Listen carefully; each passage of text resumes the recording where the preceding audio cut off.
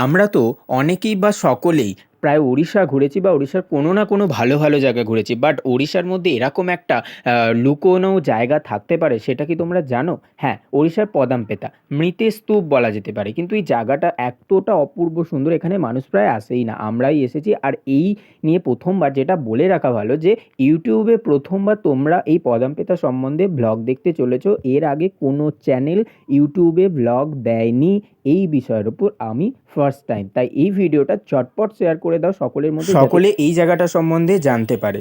চলো তাহলে আর দেরি করবো না, এবার ভিডিওটা স্টার্ট করা যাক। তার আগে একটু লাইক করে দাও please. Hello friends, good morning, welcome back to my channel. I am Arindam and you are watching Arindam's galaxy. আশা করি সকলে ভালো আছো। আরও একটা নতুন ভিডিওতে তোমাদের সকলকে স্বাগত জানাই। চলো আজকে শুরু করি নতুন ভিডিও। এই ভিডিওটা তোমাদের আগে দেওয়া হয়নি, গোপালপুরের অনেক ব্লগ তোমরা দেখেছো, বাট এই ব্লগটা তোমরা দেখোনি। চলো তাহলে ঝটপট এই ব্লগটা শুরু করি। আগেই বলে রাখি, এই ব্লগটা আগে আমরা আপলোড করতে পারিনি, তার কারণ হচ্ছে আমাদের কিছু রেস্ট্রিকশন ছিল, কারণ আমাদের পরীক্ষা টরীক্ষা ছিল। এইসবের কারণে আমাদের বলা হয়েছিল যে আগে এই সব ব্যাপারটা, সার্ভের কাজটা আমাদের কাজ শেষ হয়ে যাক, তারপর আমরা এই ব্লগটা আপলোড করতে পারি। তো সেই হিসাবে আমি আপলোড করছি। তো ফার্স্টেই দেখতে পেলে আমরা সকালবেলা ঘুম থেকে উঠে ঝটপট রেডি হয়ে চলে এসেছি সার্ভের জায়গা, হ্যাঁ পদামপেতা। জায়গাটার নামই বলিনি, যদিও তোমরা থাম্বনেলে দেখেছো। পদামপেতা আমরা চলে এসেছি, আর পদামপেতা এসে ঝটপট আমাদের সকালে ব্রেকফাস্ট শেষ করলাম, আর তারপরেই আমরা সার্ভের জন্য প্রস্তুতি নিচ্ছি। এবার আমাদের বেরোতে হবে। আর তার মাঝেই একটা পুকুরে পদ্ম ফুল হয়ে ফুটেছিল, সরি পদ্ম ফুল না, এটা হচ্ছে শালুক ফুল, সেটাতে চলে এলাম এখানে দেখতে। তারপরেই আমরা হাঁটতে হাঁটতে বন জঙ্গলের ভিতর দিয়ে আমরা চলে যাচ্ছি একদম সমুদ্রের ধারে, পদামপেতা সি বিচ, সেখানে আমরা সার্ভে করব। এখানে নাকি আমার একটা বন্ধু বলছিল এখানে নাকি একটা বাঘ দেখতে পেয়েছে, মানে হাস্যকর একটা ব্যাপার স্যাপার।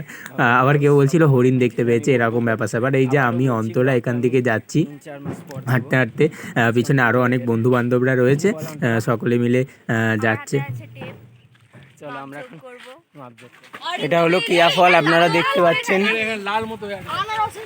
এটা আনারস। কিয়া ফল পেকে গেছে, কিয়া ফল পেকে গেছে এখানে, হচ্ছে কিয়া গাছের ফল। ফার্স্ট টাইম দেখে শেষ পর্যন্ত আমরা চলে এলাম আমাদের একদম স্পটে, যেখানে আমরা সার্ভেটা করব। তো ফার্স্টে আমাদের বলে রাখি, তোমাদের একটু বলি যে আমাদের সার্ভের বিষয়টা কী ছিল। আমাদের সার্ভের বিষয় ছিল ক্লাইমেট ইনডিউস ডিসপ্লেসমেন্ট ফিশিং কমিউনিটির ওপর একটা যে আমরা স্টাডি করছি সেটাই। তো এখানে পদামপেতা ভিলেজ, এখানে যে ক্লাইমেট চেঞ্জের ফলে সেখানকার ফিশিং কমিউনিটি কীভাবে ডিসপ্লেস রয়েছে, সেই বিষয়ে আমাদের সার্ভেটা ছিল। এই হচ্ছে এখানকার আগে তখনকার মানুষদের, যে মানুষরা যে এখানে এত সুন্দর বাড়ি বানিয়েছিল, সেইখানে এত সুন্দর বাড়ি ছেড়ে তাদের থাকতে হয়েছে অন্য একটা জায়গায় গিয়ে। তো এত সুন্দর বাড়ি তাদের ছাড়তে হয়েছিল কারণ এই ক্লাইমেট চেঞ্জের ফলে যে বন্যা বা এখানে সমুদ্রের জল উঠে এসেছিল, সেই কারণেই এই জায়গাটা পুরো একটা ধ্বংসস্তূপে পরিণত হয়েছে, যেটা আমি তোমাদের দেখাচ্ছি। কত সুন্দর বাড়ি, পাথর বসানো ছিল বাড়িতে, আর মানুষের অবস্থারও এখন কত পরিবর্তন হয়েছে। তবে যদি সরকার থেকে কিছু সাহায্য এদের করা হয়েছে, সেখানে কয়েকটা কুকুর, এছাড়া কিছু এখানে হয়তো ভূত টুত থাকতে পারে, অনেকে বলছিল এসব কথাবার্তা। এটা হচ্ছে সেসব কথা ছাড়, যে এই জায়গাটা এখানে থাকতো, আর ওরা এখান থেকে তুলে নিয়ে যাওয়া হচ্ছে ভয়ের জায়গা দেখে মনে হবে একবার গেলে, কারণ এখানে তো কোনো মানুষ প্রাণী এখানে নেই, কারণ সবাই ডিসপ্লেসড হয়ে গেছে। এই যে এখানে মাছ ধরার জাল আমি এখন দেখতে পাচ্ছি, এগুলো সবাই ওদিকে সার্ভে করছে, আমিও করছিলাম সার্ভে, যদিও তাছাড়া আমি বেশিরভাগ আমি ঘুরে ঘুরে দেখছিলাম জায়গাটা, এক্সপ্লোর করছিলাম যে কতটা কী কী রয়েছে চারিদিকটা, বা কীরকম ওদের এটা ছিল। এক্সপ্লোর করতে হবে, তবে না আমি গিয়ে কাজটা আমি বলতে পারবো যে যখন এক্সটার্নালকে যে আমরা কী কী কাজ করেছি করেছি। তো সেই জন্য আমি চারিদিকটা ভালো করে এক্সপ্লোর করছিলাম, ভিডিও করে তুলে রাখছিলাম, যাতে তোমাদের পরবর্তীকালে দেখাতে পারি। যেহেতু আমি সব কাজ একসাথে করতে ভালোবাসি, দুটো কাজই আমার একসাথে হয়ে যাচ্ছে। এই যে চলে এসেছি একদম হাঁটতে হাঁটতে তোমাদের দেখাতে দেখাতে একদম সমুদ্রের ধারে জায়গাটা তোমরা একবার দেখো খালি। সকলে আমাকে একটু হাই করে গেল। তো মানে সমুদ্রের ঢেউয়ের আওয়াজটা তোমাদের শোনাবো, একটু নিচে যাব আগে। তার আগে তোমাদের দেখাচ্ছি যে জায়গাটা কীরকম সুন্দর। চলো নিচে নামবো তো বটে, তবে আমি একটা দিক তোমাদের ঘুরিয়েছি। এই জায়গাটা অনেকটা আসলে বড়, মানে খুব বড় না হলেও বেশ অনেকটা বড়, বেশ অনেকগুলো বাড়ি ছিল, সেগুলো তোমাদের দেখাবো। তার আগে একটু নিচেটা যাই। এই যে এখানে স্যার এখানে আমাদের বোঝাচ্ছেন যে কোন জায়গাটা কীভাবে স্টাডি করবো, কীভাবে কম্পাস সার্ভে বা জিপিএস সার্ভে, বা ধরো এই ডাম্পি লেভেল প্রিজমেটিক তার সার্ভে, এখানে এগুলো দেখতে দেখতে পাচ্ছ যে ডিম, এগুলো হচ্ছে olive ridley turtle, sea turtle, তাদের ডিমগুলো রয়েছে। এইগুলো মূলত শীতকালে মূলত এই টার্টেলগুলো দেখা যায়। এগুলো অন্যতম একটা প্রজাতি যেটা বিলুপ্ত হয়ে যাচ্ছে, শুধুমাত্র এখানেই পাওয়া যায় অলিভ রিডলে টার্টেলটা। আর এই যে এই যে ধ্বংসস্তূপটা তোমরা দেখতে পাচ্ছ জাস্ট কতটা কষ্টে এদের ডিসপ্লেস করা হয়েছে, সেই নিয়েই আমাদের মূলত স্টাডিটা। আর সেটাই আমি এখানে তোমাদের দেখানোর চেষ্টা করছি। এই যে দেখো কতটা যে জলের তেজ, সেই জলের তেজের কারণে যে ফণি যে সাইক্লোনটা আমাদের হয়েছিল তার ফলেই এটা হয়েছে। এছাড়া ফাইলিন, এছাড়া 3টে মূলত ঘূর্ণিঝড়, তার ফলে এই জায়গাটা একদম ধ্বংসস্তূপে পরিণত হয়েছে। আর সমুদ্রের ঢেউটা জাস্ট অসাম লাগছে, একদম ফাঁকা জায়গা। আর তোমরা তো জানোই আমার একদম ফাঁকা জায়গা দারুণ লাগে, মানে যেখানে লোকের ভিড় বেশি সেখানে অতটা ভালো লাগে না, কিন্তু এই ফাঁকা জায়গাটা জাস্ট অপূর্ব লাগছে। আমি অনেক কষ্ট করে সমুদ্রের ধারে একবার গেছিলাম, সেটা একদম তোমাদের লাস্টে দেখাবো। আর আমি এত বক করছি, ভালো লাগছে কি না আমি জানি না তোমাদের। ঠিক আছে, চলো একবার উপরে উঠে পড়ি, ওখান থেকে ঘুরে এবারে আমি যাব যে আরও কিছু কিছু এখানকার জায়গা রয়েছে, সেই জায়গাগুলো তোমাদের দেখানোর চেষ্টা করব। সবাই যে যার ছবি ভিডিও তুলতে ব্যস্ত, আর আমি অপূর্ব সমুদ্রের দিকে একদম তাকিয়ে বসেছিলাম কিছুক্ষণ, যা অপূর্ব সুন্দর লাগছিল না কি বলবো।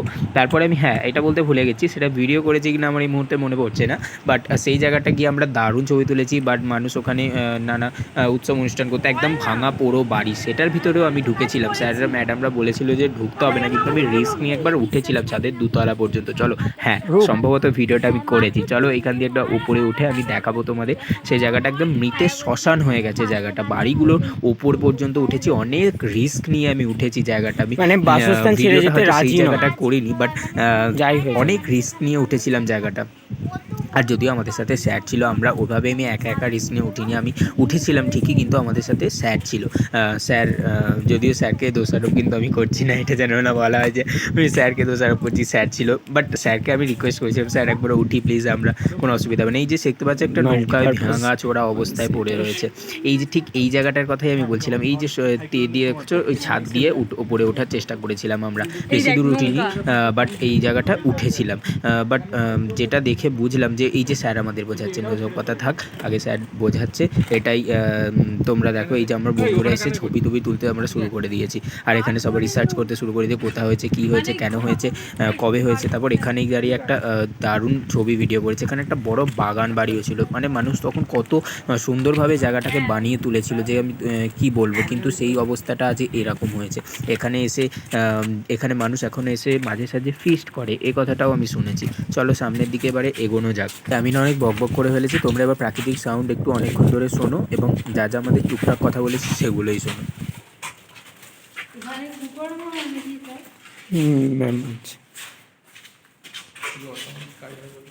হ্যাঁ, যে নজরে পড়েছিল, কি নজরে, এই যে নুন পড়ে আছে।